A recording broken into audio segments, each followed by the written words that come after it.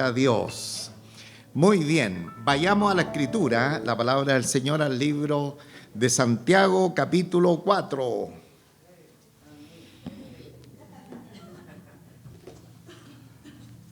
Santiago, capítulo 4, desde el versículo 7 hasta el 10.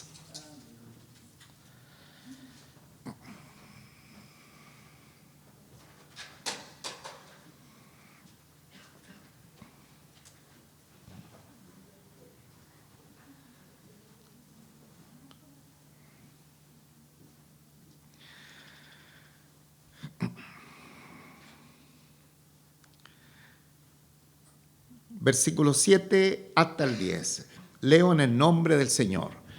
Someteos pues a Dios, resistid al diablo y huirá de vosotros. Acercaos a Dios y Él se acercará a vosotros. Pecadores, limpiad las manos, y vosotros los de doble ánimo, purificad vuestros corazones. Afligíos y lamentad y llorad, vuestra risa se convierta en lloro y vuestro gozo en tristeza. Humillaos delante del Señor y Él os exaltará. Padre nuestro, estamos delante de su palabra. Señor, esta palabra preciosa, eterna, maravillosa, que nos va mostrando el camino hacia la vida eterna. Gracias por esta preciosa oportunidad, por reunirnos para lo mejor, y como siempre sabemos que esta mesa aparejada, Señor, nutrirá nuestro ser interior. Gracias, Señor, por todo. Oramos en el nombre de nuestro Señor Jesucristo. Amén.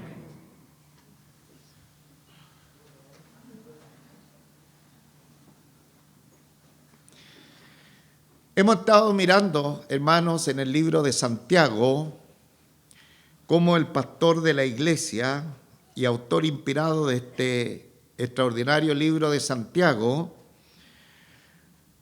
exhortaba a los hermanos respecto a los conflictos personales que ellos tenían dentro de la iglesia, como también de los conflictos que también los hermanos experimentaban respecto a las cosas del mundo.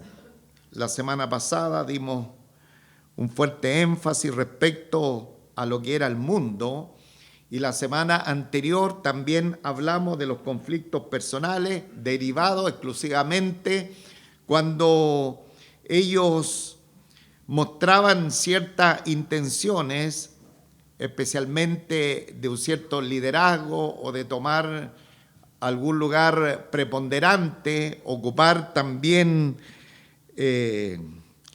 un lugar de preeminencia en relación a la exhortación de la Biblia, y muchos de ellos tenían serios conflictos con su alma, con su yo, de tal manera que eso trajo importantes conflictos personales en medio de la congregación y también la cercanía con el mundo. Entonces, Santiago va a seguir exhortándolos a los hermanos con el propósito de que se cumpla lo que el Señor desea con cada uno de nosotros, cuando por boca del labio del salmista David dice que nuestro gran pastor, ¿quién es nuestro gran pastor? Nuestro Señor Jesucristo. Él a su redil lo está haciendo descansar en lugares de delicados pastos. Eso lo dice en el Salmo 23, versículo 2, que ahí deberíamos estar nosotros como iglesia del Señor, siendo pastoreados en pastos delicados. Desafortunadamente, lo que estaba sucediendo en la iglesia del primer siglo, la iglesia de Jerusalén, pastoreada por Santiago, y los hermanos también en diferentes partes del mundo por causa de la persecución, no tenía mucho que ver con aquello, porque, insisto, habían conflictos personales, conflictos del yo, conflictos también con temas mundanales, y había una deformación de la fe. ¿Ah? Siempre que sucede esto, hermano, la fe se empieza a deformar. Y aquí estos textos, hermanos, tan cortitos que hemos dado lectura, estos solamente 4 versículos, tienen mucha enseñanza que de pronto no nos gustaría, ¿no es cierto?, enseñar, porque si usted se ha fijado, hay palabras muy fuertes, como por ejemplo pecadores. Y se habla, ¿no es cierto?, de actitudes que tienen que ser resueltas en medio de la congregación por los hermanos. Pero debemos darle muchas gracias al Señor, porque esto es bien parecido cuando uno va al médico y finalmente el médico encuentra la enfermedad. Y cuando encuentra la enfermedad aplica una medicina que de pronto, por ejemplo, si fuese medicamento, no son muy agradables, no tienen un buen gusto, un buen sabor, pero sin embargo todo eso va a traer como resultado la restauración, la sanidad del cuerpo enfermo. De la misma manera, cuando nos enfrentamos a palabras un poquito ásperas, venidas de parte del Señor, debemos reconocer que Él está entregando la medicina necesaria para que la iglesia del Señor finalmente pueda estar, ¿no es cierto?, en el redil del Señor, descansando en pastos delicados, en ese lugar donde es el aprisco, el redil, donde por eminencia está el pastor divino, nuestro Señor Jesucristo.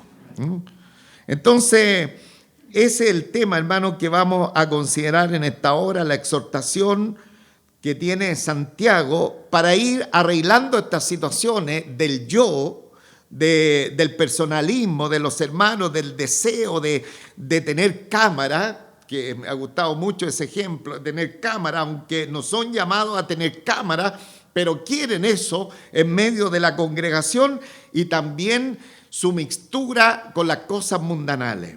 Entonces, sin más preámbulo, vayamos por favor al primer texto o al primer versículo que tenemos en esta oportunidad, el versículo 7. Dice: someteos pues a Dios, resistid al diablo y huirá de vosotros. Entonces, el mandamiento que se deja ver para los hermanos en conflicto, para los hermanos que están causando problemas dentro de la congregación, para los hermanos que están mixturados con las cosas mundanales, el primer mandamiento es someterse a Dios. Y ese sometimiento es una acción que debe realizarse de una vez para siempre, hermano. No es que un día estamos sometidos a Dios y otro día estamos sometidos a las cosas del mundo, por ejemplo. Todo lo contrario, aquí se está demandando de manera imperativa. El verbo está en modo imperativo, de tal manera que los hermanos entendamos que lo que nos corresponde como creyentes es someternos a Dios, es someternos al señoría de Dios. De hecho, la salvación se manifiesta en la vida de los creyentes cuando Jesucristo toma, ¿no es cierto?, el lugar preponderante en la vida del nuevo creyente a través de ser el Señor de nuestras vidas. Entonces, someternos al Señor, pero siempre, hermano, el sometimiento al Señor, el que trae grandes resultados, es el que Dios está esperando de los creyentes, un sometimiento voluntario, no un sometimiento forzado, una obediencia forzada, sino una entrega voluntaria al Señor. El creyente, hermano, una vez que ha conocido al Señor, se tiene que someter de manera voluntaria a Él. No tiene que ser una cosa, no, aquí me están obligando, aquí me están forzando, sino que voluntariamente debe accionar a lo que le dice la palabra del Señor, porque esa será la medicina que va a traer resultados favorables para las vidas, ¿no es cierto?, en este caso llenas de conflictos y dificultades en la iglesia. Recordemos a nuestro Señor Jesucristo en su tiempo de agonía, cuando Él habla y le dice: Padre, si quieres, pasa de mí esta copa, pero que no se haga mi voluntad, sino la tuya. Entonces aquí tenemos un sometimiento a la voluntad del Padre de nuestro Señor Jesucristo, pero no de una manera forzada. Y esa oración fue escuchada por el Padre, porque dice la Escritura que tuvo con gran clamor y lágrimas, ¿no es cierto?, que fue la experiencia en el Getsemaní de nuestro Señor Jesucristo. Entonces, lo primero que se nos habla es respecto a esta gran necesidad de que los creyentes, cuando están enfrentando estos conflictos personales, los conflictos mundanales, también lo primero que de manera voluntaria tenemos que volver al sometimiento al Señor. Él es el Dios de todo poder, Él es el Señor de nuestras vidas y el creyente está en el plano del sometimiento hacia Él. Pero no solamente nos habla la Escritura de esta necesidad de someternos al Señor, también la Biblia nos dice que debemos tener otro elemento. E insisto, la iglesia de Jerusalén estaba con los problemas que tenían los hermanos, que tenían con el mundo. Entonces, el remedio, la solución a aquello era el sometimiento al Señor. Y en segundo lugar, nos dice el texto bíblico: resistid al diablo. Resistid al diablo. O sea, no solamente hay que someterse al Señor, sino también tiene que haber resistencia al diablo. O sea, resistir totalmente al diablo. Ahora, es muy importante que el texto bíblico, la palabra del Señor, nunca nos encomienda, nos manda a atacar o a pelear con el diablo. Porque de pronto dentro de los círculos cristianos se logra entender esto, que nosotros tenemos que hacer guerra con Satanás el diablo. Pero si vamos a la Escritura, nos encontramos con la novedad que nunca se nos da un mandamiento de pelear con Satanás el diablo, sino, como dice aquí el texto bíblico, resistid al diablo. Lo mismo lo dijo el apóstol Pedro. Dice en Primera de Pedro, capítulo 5, versículo 9, al cual resistid firme en la fe, sabiendo que los mismos padecimientos se van cumpliendo en vuestros hermanos en todo el mundo. Entonces, se nos ordena a través de la Escritura a resistir al diablo. Ahora, Satanás el diablo, sabemos que el archienemigo de Dios y el archienemigo de la iglesia, y él no nos va a atacar a nosotros con pecados escandalosos, amados hermanos. Satanás, el diablo, no viene a atacarnos a nosotros con pecado escandaloso, sino todo lo contrario. Dice en 2 Corintios capítulo 11, versículo 14, que él va a venir disfrazado en contra de nosotros como ángel de luz. Por lo tanto, nunca usted espere que va a ser atacado con una cosa que va a dejar, no sé, a todos los demás admirados por lo que usted de pronto está haciendo o lo que estoy yo haciendo, sino será de una manera sutil. Y los ataques de Satanás, los conocemos, son variados. Hay una cantidad de ataques que él hace en contra de nosotros. Por ejemplo, ataca a los creyentes a través de la doctrina. Cuando él viene para contrariar la doctrina de la palabra del Señor. Dice Pablo a Timoteo, en 1 Timoteo capítulo 4, versículo 1, pero el Espíritu dice claramente que en los postreros tiempos algunos apostatarán de la fe, escuchando a espíritus engañadores y a doctrina de demonios. Por lo tanto, el ataque sutil, delicado, imperceptible de Satanás el diablo contra los creyentes es a través de las sutilezas de desvirtuar lo que es la doctrina de la palabra del Señor. Por eso cada uno de nosotros tenemos que estar siempre, ¿no es cierto?, muy atentos a conocer la Escritura, a leerla, porque muchas veces somos engañados a través de personas que vienen desvirtuando la palabra del Señor. Ahora, otro de los incidentes que Satanás el diablo viene en contra de nosotros es cuando estamos en medio de pruebas, de enfermedades, de dificultades, porque muchas veces en aquellas oportunidades el enemigo nos ataca para pensar que Dios no está a favor de nosotros, que Dios se ha olvidado de nosotros. Y en ese momento que lo pensamos, que nos sentimos como abandonados del Señor, es justamente estamos maldiciendo el nombre de Dios, hermano. Sin darnos cuenta, estamos maldiciendo el nombre del Señor, pensando que Él nos ha dejado, ¿no es cierto?, a la deriva, porque llevo tanto tiempo con este problema, llevo tanto tiempo con esta enfermedad, porque esta situación ya ha cumplido muchos años y hemos orado, hemos clamado al Señor y no hay solución a esto. Entonces, Satanás el diablo viene a hablar a nuestra mente y nos trae la duda respecto al amor del Señor en nuestros corazones, de tal manera que muchas veces los cristianos reniegan del Señor y pasan al estatus de maldecir el nombre del Señor. Entonces, el enemigo tiene diferentes actitudes, diferentes acciones que viene en contra de los cristianos. Su nombre, uno de los nombres de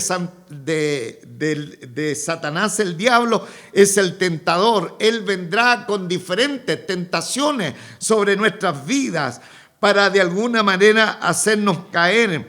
Y así el sistema mundanal y todo lo que es contrario a Dios, Satanás el diablo lo va a traer en contra de nuestras vidas. Entonces, la orden, la encomienda para que no seamos derrotados por el enemigo es que nosotros resistamos al diablo.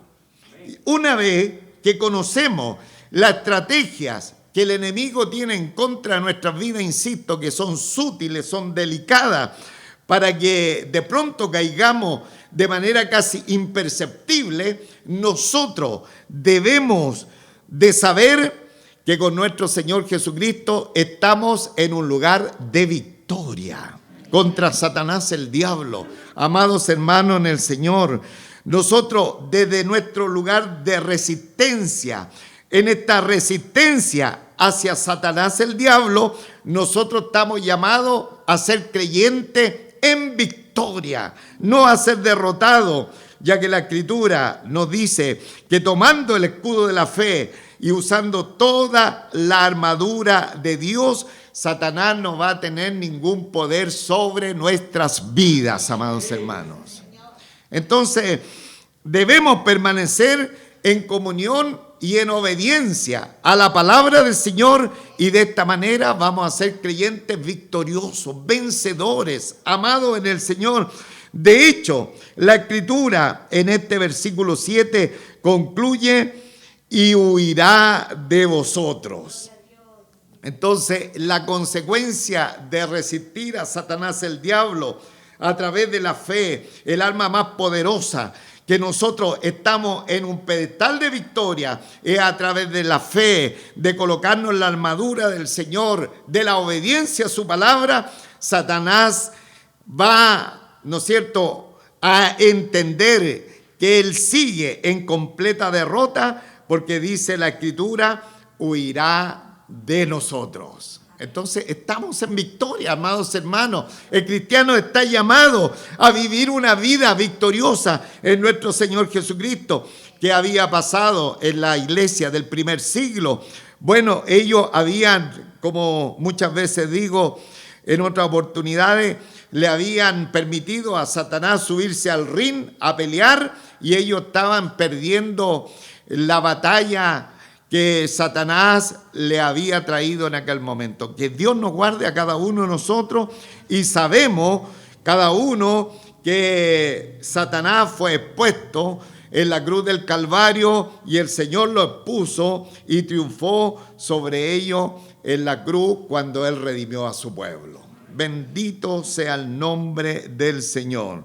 Entonces, ahí tenemos armas poderosas para resistir al diablo. La oración también. El Señor nos dijo que teníamos que orar: líbranos del mal. ¿Qué significa? Literalmente sería: líbranos del maligno. O sea, cada vez que nosotros doblamos la rodilla y oramos, guárdanos o líbranos del mal, estamos pidiéndole al Señor también que nos guarde de Satanás, el diablo, el maligno y su estrategia que tenga en contra de nuestra vida. Y son las oportunidades de resistencia que harán que simplemente Satanás huya de nosotros. Amén. Ahora vayamos por favor al versículo 8. Donde siguen las recomendaciones, las exhortaciones a esta iglesia problemada, a esta iglesia de Santiago tan llena de problemas. Y dice el texto bíblico, versículo 8, acercaos a Dios y Él se acercará a vosotros. Pecadores, limpiad las manos, y vosotros los de doble ánimo, purificad vuestros corazones. Entonces, aquí, hermanos, tenemos dos frases y cada frase es compuesta. La primera de ellas, la primera frase compuesta es: acercaos a Dios y Él se acercará a vosotros. Y la segunda frase compuesta es: pecadores, limpiad las manos, y vosotros los de doble ánimo, purificad vuestros corazones. Entonces,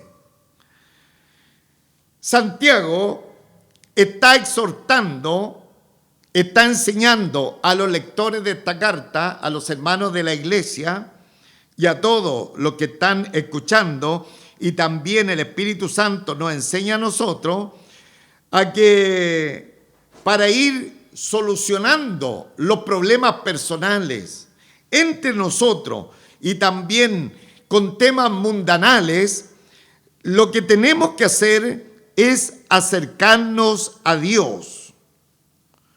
Expresa la idea de venir cerca, desde un lugar muy distante. La persona que empieza a tener conflicto con otra o empieza a estar muy cerca de las cosas mundanales es simplemente porque se ha alejado de Dios, hermanos.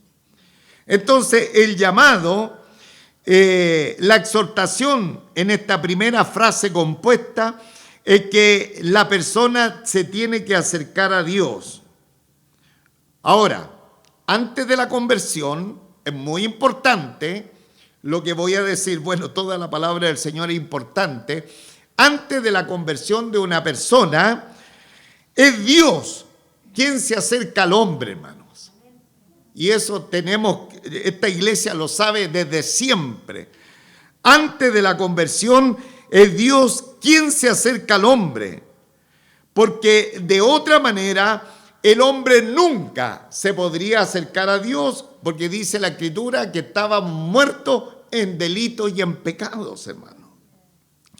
Entonces fue cuando el Señor nos empezó a rodear y cuando el Señor hizo una elección, nos llamó, que finalmente hubo esta cercanía con el Señor. Pero una vez, como hijo, como hija del Señor, no tenemos problema para acercarnos a Dios, hermano. A pesar de que los hermanos estaban contrariándose unos con otros, estaban deseando tener puestos de autoridad dentro de la iglesia, se estaban, ¿no es cierto?, mixturados con las cosas del mundo. Sin embargo, se le exhorta en esta oportunidad a acortar la brecha de separación que tienen con Dios, acercarse a Él, porque de esta manera los problemas se van a empezar a solucionar. Y ahí tenemos, por ejemplo, la ilustración del hijo pródigo. Porque el hijo pródigo, ¿no es cierto?, pudo acortar la brecha de separación que lo tenía tan desmejorado en su relación con el padre, y esa brecha fue cortada cuando él dijo: me levantaré e iré a mi padre y le diré: Padre, he pecado contra el cielo, contra ti, no soy digno de ser llamado tu hijo. Entonces, cuando el cristiano, ¿no es cierto?, es inteligente, va a la Escritura, y a pesar que ha estado deslizado un tanto de la palabra del Señor, la Biblia dice que uno de los remedios para enmendar esa situación, el que tal debe acercarse a Dios. Y la consecuencia, hermanos, ¿cuál es la consecuencia? Y Él se acercará a vosotros. Toda la iglesia, acercaos a Dios, y Él se acercará a vosotros. Ahora los creyentes, hermanos, pueden acercarse a Dios y entrar en su presencia porque tenemos libre acceso. Podemos entrar confiadamente al trono de su gracia. El trono de Dios es un trono de gracia, un trono de misericordia para el cristiano. Retornar a Dios es posible, puesto que dice la Escritura que Él está cercano a los que le invocan, hermanos. Entonces, de pronto, la solución a los problemas que los hermanos tengamos dentro de las congregaciones son sencillas, son fáciles. Solamente es considerar lo que dice la palabra del Señor. No importa cuánto la persona se haya alejado del Señor, no importa. De pronto dice, no, la persona dice, no, si yo estoy muy lejos del Señor, no importa cuánto se haya alejado de Dios.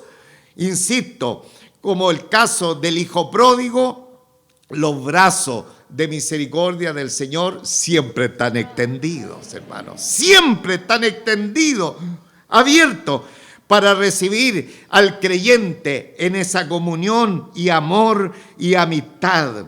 Entonces dice, y Él se acercará a vosotros. Ahora, la segunda frase compuesta dice, pecadores, pecadores, limpiad las manos, y vosotros los de doble ánimo, purificad vuestros corazones.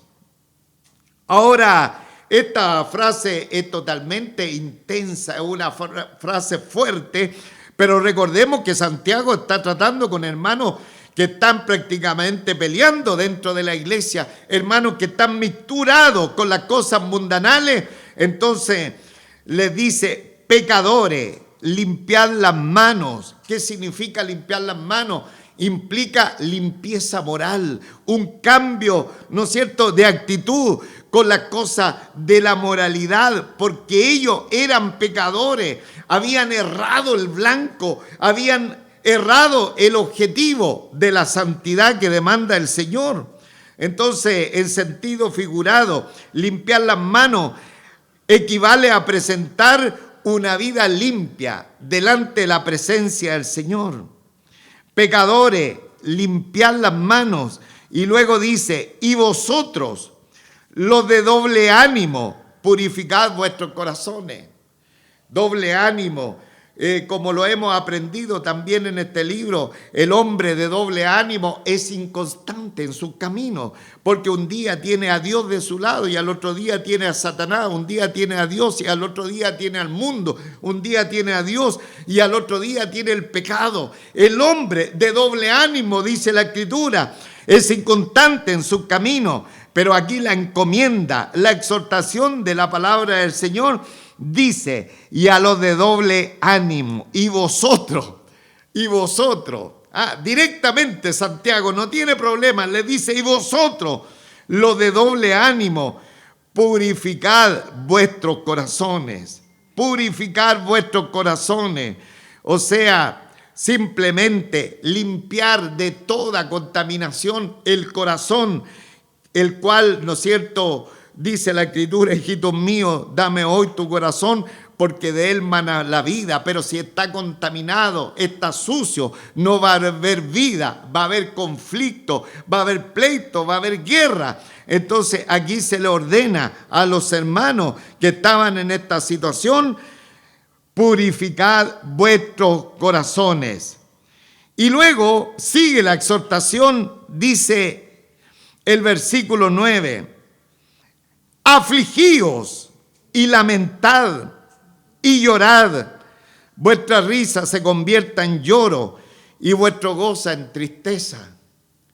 Mire las acciones, mire los remedios sin gusto, sin sabor, desabrido, complicado, tal vez una serie de inyecciones dolorosas que vienen a la vena de la persona que se ha deslizado de las cosas del Señor. Porque les dice acá el remedio para volver al regazo del Padre, para estar en comunión con el Hijo y en plena, ¿no es cierto?, comunión con el Espíritu Santo. Ellos se tienen que afligir, tienen que lamentarse, tienen que llorar. Vuestra risa se convierta en lloro y vuestro gozo en tristeza. Entonces, ya hemos visto, hermano, que la exhortación de Santiago está llamando en primer lugar a la sumisión a Dios. Pero desde ahora en adelante, la manera de alcanzar ahora la plena comunión con el Señor es a través de un genuino arrepentimiento, hermanos. De un cambio de dirección de la manera que está, ¿no es cierto?, realizando una vía, un camino. Y la primera expresión: afligíos. Debe haber aflicción, debe la persona sentirse miserable porque le ha fallado a Dios, debe sentirse totalmente mal porque ha errado el blanco. Y cuando la persona se siente miserable, es el camino que tiene Dios para la restauración del creyente. El apóstol San Pablo, siempre lo hemos dicho, un santo hombre de Dios, pero él notaba esos atisbos, esos residuos de pronto de pecado que habían dentro de él, y tal vez sin hacerlo de manera activa, practicar esos pecados, él podía decir: miserable de mí. Cuando uno reconoce su cuitado, su afligido, su extraviado corazón, va a reconocer su miseria a la presencia del Señor. Y como consecuencia va a haber esa aflicción que va a traer delante de la presencia del Señor una llegada más efectiva, más eficiente a la comunión con el Señor. Pero no solamente le dice afligido, sino también lamentar. O sea, lamentar intensamente. Cuando se considera que se ha errado la voluntad del Señor, debe haber un lamento profundo, una profunda tristeza, porque se le ha fallado al Señor. Recuerde, estamos hablando de creyentes, no estamos hablando de no creyentes, hermanos. Por lo tanto, se nos ordena o se le ordenaba a los hermanos que tuvieran un lamento, una expresión de dolor por lo que estaba aconteciendo en su vida en aquellos momentos. Y también dice la Escritura: y llorar, y llorar. El lloro es la expresión externa del lamento del alma. Amados hermanos, o con lágrimas físicas o con la congoja propia de la persona que reconoce delante del Señor su falla y viene en arrepentimiento delante de su presencia.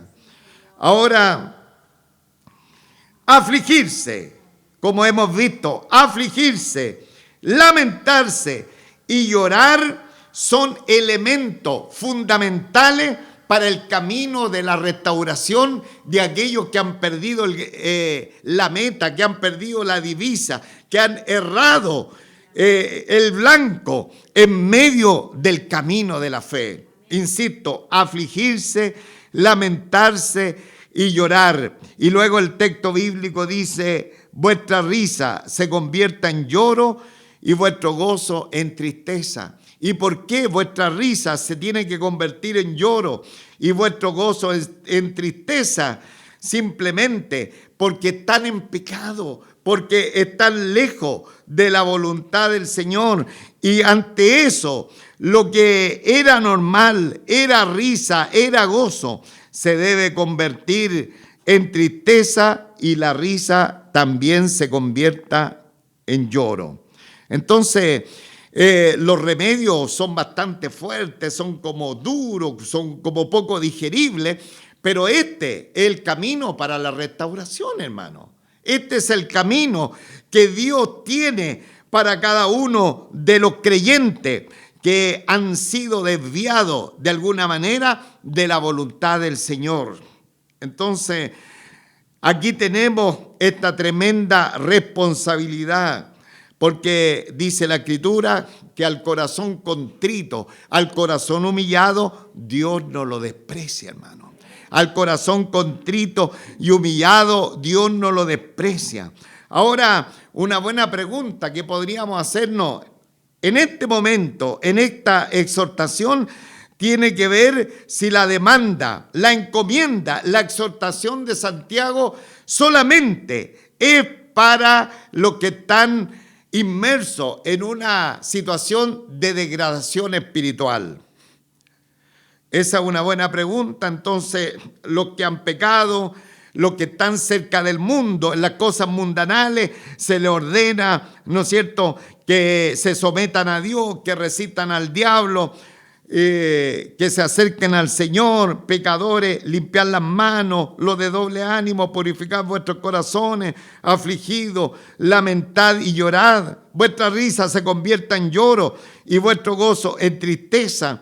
Entonces nosotros decimos, oh, pero esa situación es para, como bien predicó el pastor, tiene que ver para los que habían errado el blanco, para los que estaban pecando, para los que querían pantalla dentro de la congregación, para los que estaban cerca del mundo.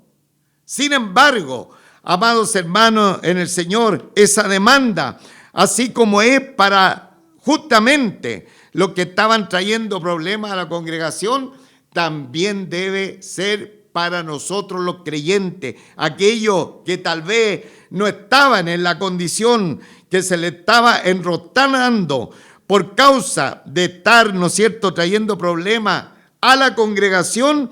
También esta demanda es para los creyentes. Porque, hermanos amados en el Señor, es muy importante saber que condolerse, afligirse, lamentar y llorar es una de las virtudes que el Señor espera de nosotros, porque su palabra dice, bienaventurados los que lloran. O sea, los que están afligidos, porque ellos recibirán consolación. ¿Y cuál es la razón? Que este otro grupo de personas que tal vez no están pecando como lo están haciendo estos otros hermanos, también tienen que entrar en esta área, porque es la manera que se estará intercediendo por los demás.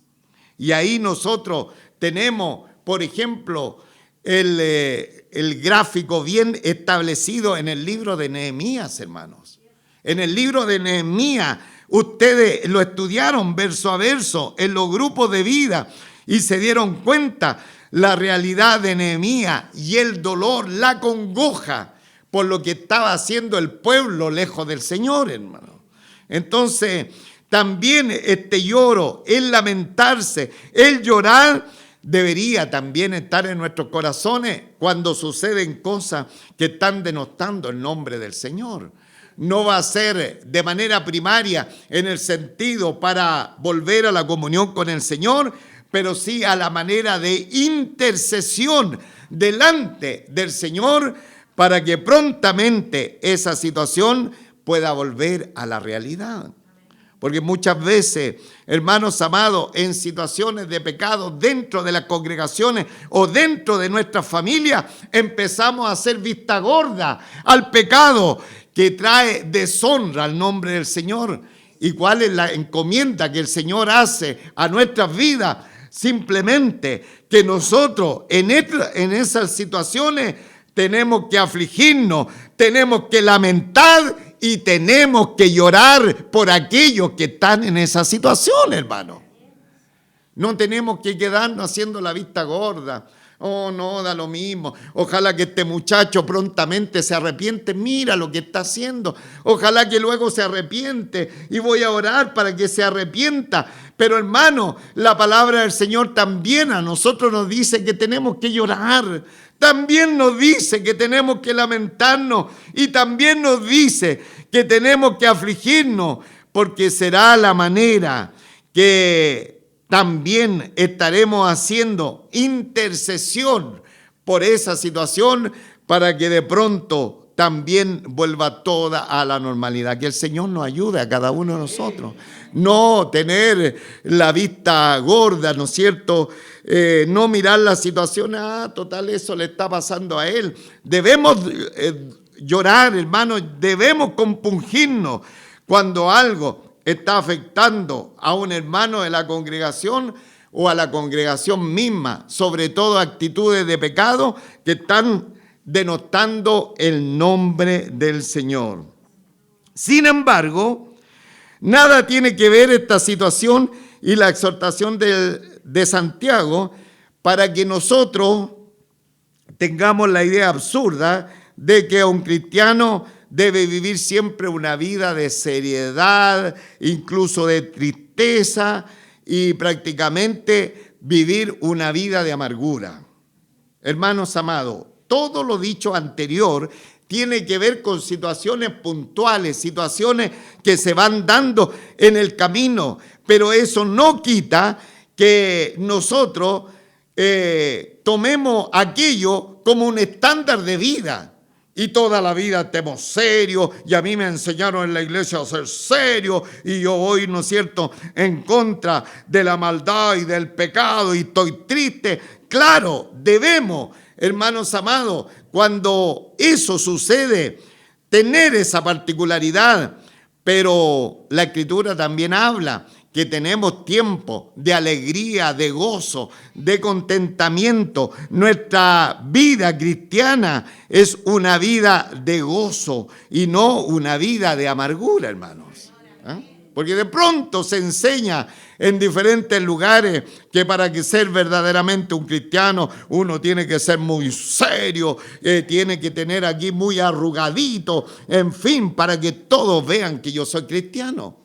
De ninguna manera. El cristiano, hermano, la fortaleza del cristiano, el gozo del Señor en nuestras vidas. Pero sin embargo, cuando se presentan estas situaciones, tal vez ahí en el hogar, tal vez en su devocional con el Señor, en la comunión con el Señor, tal vez estemos llorando por alguna situación personal o por una situación de algún hermano de la congregación o por alguna situación de un hijo, de un familiar nuestro, de alguno que vive dentro de nuestra casa y que está deshonrando el nombre del Señor. Debemos hacerlo, es la encomienda que nos da la palabra del Señor. Y luego el versículo 10 dice, humillado delante del Señor y Él os exaltará. Humillado delante del Señor. Nuevamente se nos da esta encomienda, humillado delante del Señor y Él os exaltará. Debemos venir delante de la presencia del Señor con humildad, insisto, porque al corazón contrito y humillado Dios no lo desprecia. Esa es la solución para los problemas. Y Él os exaltará. El ejemplo supremo nosotros lo tenemos en nuestro Señor Jesucristo, el cual fue humillado. La humillación de nuestro Señor Jesucristo abarca, hermano, un compendio tan grande de enseñanza, pero sin embargo, después de la humillación, Él fue exaltado hasta lo sumo, amados en el Señor.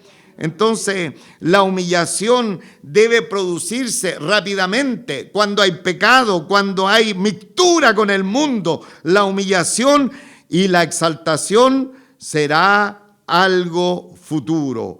humillado delante del Señor y Él os exaltará. ¿Cuándo nos exaltará el Señor? Cuando fuere tiempo, hermano. Y Él exaltará, os exaltará cuando Él lo decida, hermano. ¿Cómo nos va a exaltar cuando arreglamos nuestros problemas mundanales y de pecado? No lo sabemos.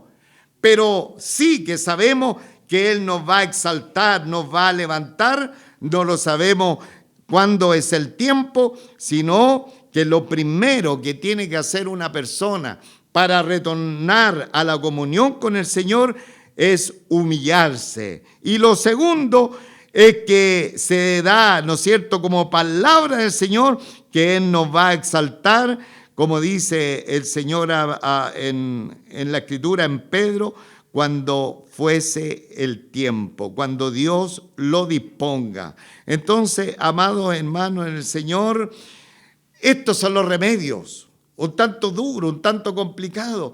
La persona peca y se queda tranquila y después ha hecho algo malo a la presencia del Señor y dice, no, si yo me empiezo a portar de esta manera o si yo de manera física empiezo a hacer algunas cosas, Dios me va a restituir. Hermanos amados, no es la fórmula, la manera es someterse al Señor, resistir al diablo, acercarse al Señor, pecadores, limpiar las manos, lo de doble ánimo también, purificar vuestro corazón afligido, lamentad y llorad. Hermanos amados, colóquense en pie, voy a terminar.